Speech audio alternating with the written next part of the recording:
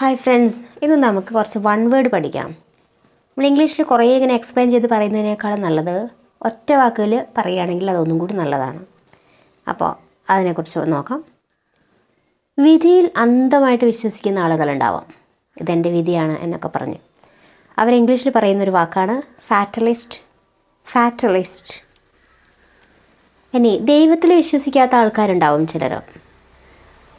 എനിക്ക് ദൈവത്തിൽ വിശ്വാസമൊന്നുമില്ല എന്ന് പറഞ്ഞ് നടക്കുന്ന ആൾക്കാർ, അവരെ വിളിക്കുന്നതാണ് അത്തീസ്റ്റ്.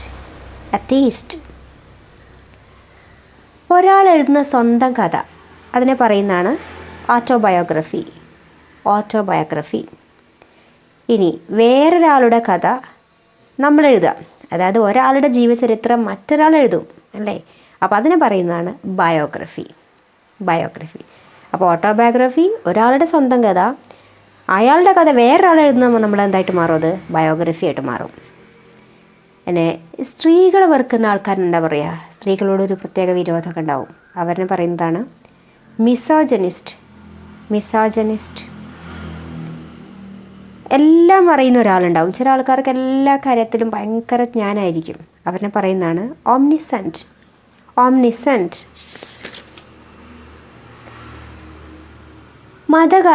മതപരമായിട്ടുള്ള കാര്യങ്ങൾ ഭയങ്കര വിശ്വാസമായിരിക്കും ചില ആളുകൾക്ക് അല്ലേ, അപ്പോൾ അതിന് പറയുന്നതാണ് ഫാനറ്റിക്.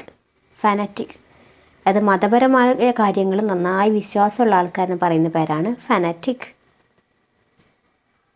എഴുതാനും വായിക്കാനും അറിയാത്ത ആൾക്കാരെന്താ എന്താ പറയുക ഇംഗ്ലീഷിൽ, ഇലിറ്ററേറ്റ്. മറ്റൊരാളെല്ലാത്തിലും ആശ്രയിക്കുന്ന ആൾ, എപ്പോഴും ഇങ്ങനെ മറ്റുള്ളവരെ ഡിപ്പെൻഡ് ചെയ്യുന്ന ആൾക്കാരെന്താ പറയുക, പാരസൈറ്റ്. എല്ലാ രോഗത്തിനും പറ്റിയ ഔഷധം, ഒറ്റമൂലി എന്നൊക്കെ പറയില്ലേ, അതിന് ഇംഗ്ലീഷിൽ പറയുന്നതാണ് പനേഷ്യ. ചില ആൾക്കാരുടെ ഒരു സ്വഭാവമാണ് ഉറക്കത്തിൽ നടന്നുകൊണ്ടിരിക്കും അല്ലേ, ഉറക്കത്തിൽ നടക്കും, അങ്ങനെ പറയുന്നതാണ് സോംനാംബുലിസം, ഉറക്കത്തിൽ നടത്തം. ചില ആൾക്കാരോ ഉറക്കത്തിൽ സംസാരിക്കും, അപ്പോൾ ഉറക്കത്തിൽ സംസാരിക്കുന്നതിന് പറയുന്നതാണ് സോംനിലോക്കിസം. അപ്പോൾ ഉറക്കത്തിൽ നടക്കുന്നതിനെ സോംനാംബുലിസം, ഉറക്കത്തിൽ സംസാരിക്കുന്നതിന് സോംനിലോക്കിസം. ഇനി ഡിവേഴ്സ് ആവും ചില ആളുകൾ, അപ്പോൾ അവരുടെ ഭാര്യയ്ക്ക് നമ്മൾ നിയമപരമായിട്ട് കൊടുക്കേണ്ട നഷ്ടപരിഹാരം ഉണ്ടാവും, എന്തെങ്കിലും തുക കൊടുക്കും, പൈസ കൊടുക്കും, അതിന് പറയുന്നതാണ് അലിമണി.